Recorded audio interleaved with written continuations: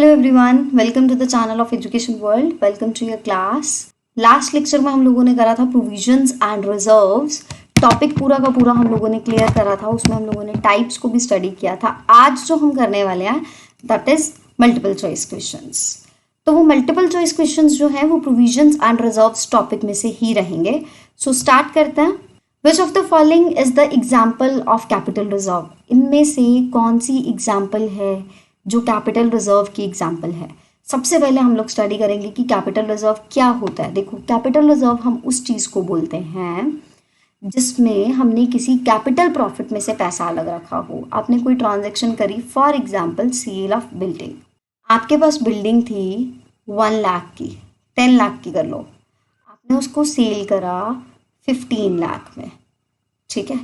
5 लाख जो है वो आपका आया प्रॉफिट, राइट। ये जो 5 लाख रुपया प्रॉफिट है ये आपके कैपिटल प्रॉफिट है, क्योंकि आप नॉर्मली बिल्डिंग के बिजनेस में डील नहीं करते हो। तो आप जब कोई एसेट की सेल वगैरह कर रहे हो तो उसको हम लोग कैपिटल प्रॉफिट बोलते हैं। इसमें से इस 5 लाख में से आपने 2.5 लाख रुपया रिजर्व करके रख लिया, बचा के रख लिया। उस रिजर्व को हम लोग कैपिटल रिजर्व कहते हैं। क्या कहते हैं? Capital reserve. Workman compensation fund, none of these, premium received on issue of shares या जनरल रिजर्व। अब देखो, कैपिटल रिजर्व जनरल रिजर्व नहीं है क्योंकि ये आउट ऑफ द रेवेन्यू बनता है, ठीक है। वर्कमैन कंपनसेशन फंड आपका नहीं है क्योंकि ये भी आउट ऑफ द रिजर्व बनता है। Premium received on issue of shares and debentures आपका कैपिटल रिजर्व है। Next is which of the following is the example of revenue reserve? इनमें से कौन सी चीज जो है वो एग्जाम्पल है रेवेन्यू रिजर्व की? रिडेम्पशन पे डिबेंचर्स को रिडेम्पशन यानी रीपेमेंट करने पे जो हम प्रीमियम देते हैं, उसका मतलब पता बेटा क्या है?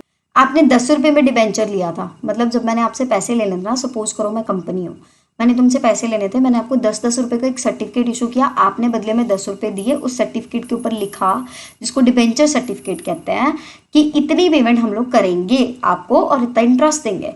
रीपेमेंट करते टाइम मैंने आपको 12 रुपये देना है। ये जो 2 रुपये का फर्क है ना, इसको हम लोग प्रीमियम कहते हैं। क्या कहते हैं? प्रीमियम। सो अगर डिबेंचर्स को रिडीम करने पे हमें फायदा हो जाए ना, फायदा होता है इससे ऑपोजिट सिनेरियो में, जब हम 8 रुपये का सेल करेंगे तो वो हमारा रेवेन्यू रिजर्व का पार्ट बनेगा, या फिक्स्ड एसेट्स की सेल पे, या इन्वेस्टमेंट फ्लक्चुएशन फंड, या प्रॉफिट ऑन रीइशू। ये सब कुछ है ना, जो ये तीनों है, ये चारों, ये वाला छोड़ के, सी ऑप्शन छोड़ के, क्योंकि सी ऑप्शन हमारा राइट आंसर है।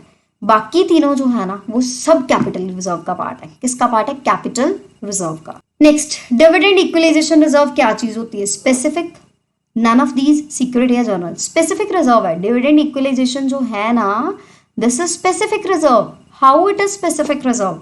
Reason behind dividend equalisation reserve में सिर्फ हम इसको यूज कर सकते हैं डिविडेंड डिस्ट्रीब्यूट करने के लिए, अदरवाइज हम इसको यूज नहीं कर सकते, ठीक है। सिर्फ हम डिविडेंड डिस्ट्रीब्यूट करने के लिए यूज कर सकते हैं, बाकी चीजों के लिए यूज नहीं कर सकते। General reserves are shown in, general reserve किस चीज में शो होता है? रीवैल्यूएशन अकाउंट में, प्रॉफिट एंड लॉस अकाउंट में, नन ऑफ दीज, या बैलेंस शीट।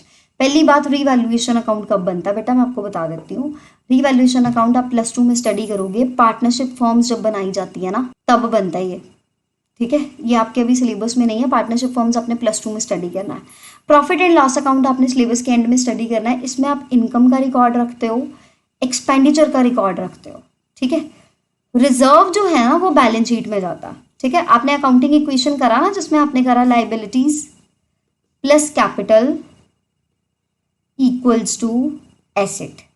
सो कैपिटल का पार्ट है रिजर्व, ठीक है। Next is the loss on sale of asset is debited to. Asset की सेल पे अगर आपको लॉस हुआ तो आप कहाँ पे डेबिट करोगे, ठीक है। ये हमारा जो भी है ना प्रॉफिट एंड लॉस अकाउंट की आइटम है। किसकी आइटम है? प्रॉफिट एंड लॉस अकाउंट की। और नॉमिनल अकाउंट होता है प्रॉफिट एंड लॉस अकाउंट। कौन सा अकाउंट होता है? नॉमिनल अकाउंट, जिसका रूल क्या होता है? Debit all expenses and losses, credit all incomes and gains.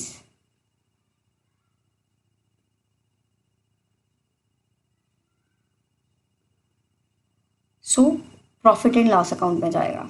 Provision is created by debiting. Provision हम क्यों क्रिएट करते हैं? किस चीज को डेबिट करने? डेबिट किस में करता है? प्रॉफिट एंड लॉस अकाउंट में। वाई? ध्यान से सुनना, प्रोविजन जो है ना कंपल्सरी चार्ज है, कंपल्सरी है इसको बनाना,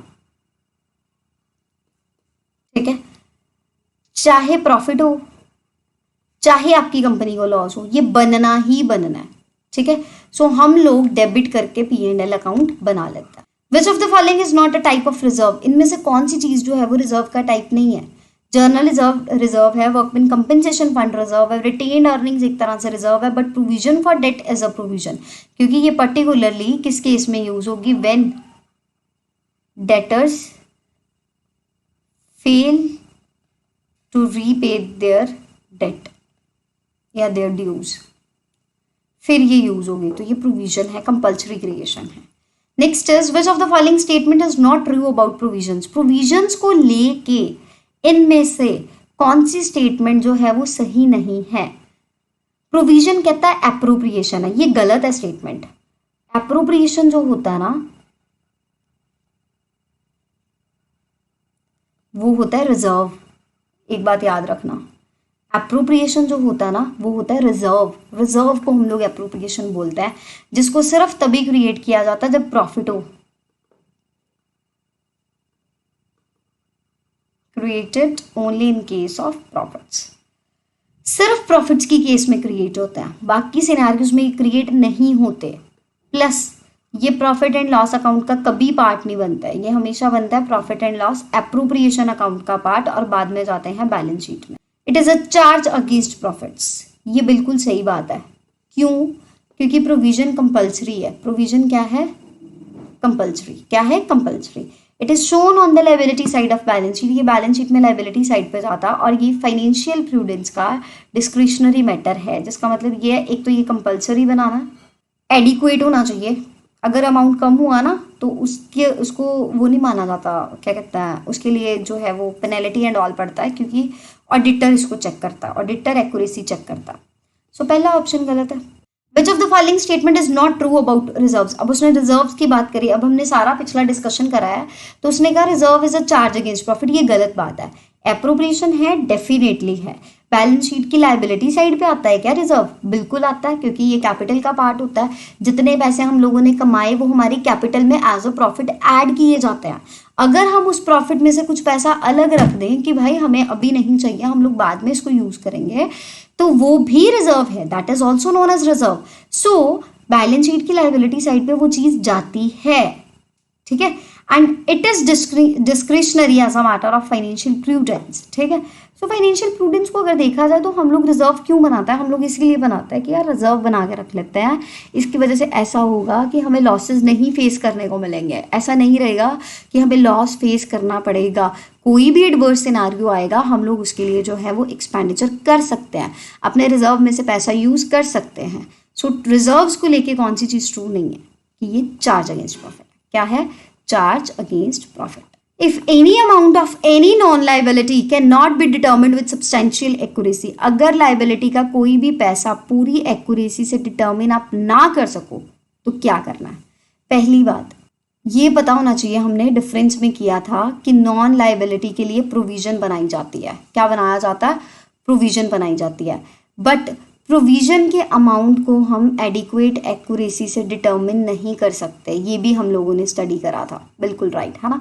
अगर हम किसी अमाउंट को पूरी एक्यूरेसी से डिटर्मिन नहीं कर सकते तो उसके लिए प्रोविजन बनना चाहिए। क्या बनना चाहिए? Provision. So a provision should be created. Which of the following is the example of capital reserve, इनमें से कौन सी एग्जाम्पल है जो कैपिटल रिजर्व की है? Workman compensation fund, none of these, premium received, क्योंकि workman compensation fund out of revenue reserve बनता है, ये मैंने आपको पहले भी बताया। General reserve out of revenue reserve बनता है।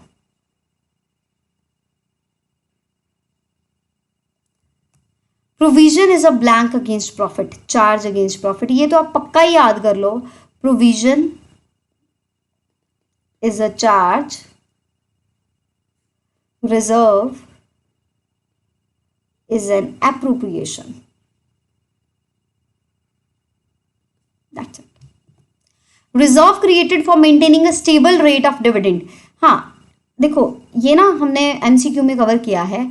डिविडेंड जो है, एक साल मैंने डिविडेंड रिटर्न्स दिए शेयर होल्डर्स को 10 रुपये पर शेयर के हिसाब से, अगले दिन मेरे पास 2 रुपये बन रहे हैं, अगले साल में 2 रुपये बन रहे हैं, तो मैंने रिजर्व बनाया, मैंने उसमें से 8-8 रुपये निकाल लिए। या ऐसा रहता है कि हम लोग ना हर साल ऐसा नहीं करते कि सारा ही प्रॉफिट डिविडेंड्स में बांटते हैं, हम कुछ बांटते हैं, कुछ अगले साल के लिए रख लेते हैं, ताकि हम एक लेवल बना के चल सके, एक यूनिफॉर्मिटी बना के चल सके। तो इस स्टेबिलिटी को अगर हमने इंश्योर करना ना, तो वो फिर रहता है dividend equalisation reserve. That's it. So ये आपका सारा का सारा प्रोविजंस एंड रिजर्व्स का एमसीक्यू सेशन था। अब कल हम लोग नेक्स्ट टॉपिक से शुरुआत करेंगे। आई होप आपको समझ में आया हो। अगर आपका कोई डाउट रहेगा तो आप एजुकेशन वर्ल्ड कॉमर्स के चैनल पे पूछ सकते हैं।